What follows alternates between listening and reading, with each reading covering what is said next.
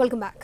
కాకినాడ దగ్గర మోంతా తుఫాను తీవ్ర ప్రభావాన్ని చూపిస్తోంది. ఉప్పాడ తీర ప్రాంతంలో అలలు ఎగిసిపడుతున్నాయి. తీరానికి రక్షణ గోడగా పెట్టిన బండరాళ్లు పడిపోయాయి. కాకినాడ పోర్టులో 10వ నెంబర్ ప్రమాద హెచ్చరిక జారీ చేశారు. సముద్రానికి ఆనుకుని ఉన్న గ్రామాల్లోని ప్రజలను పునరావాస కేంద్రాలకు తరలిస్తున్నారు అధికారులు.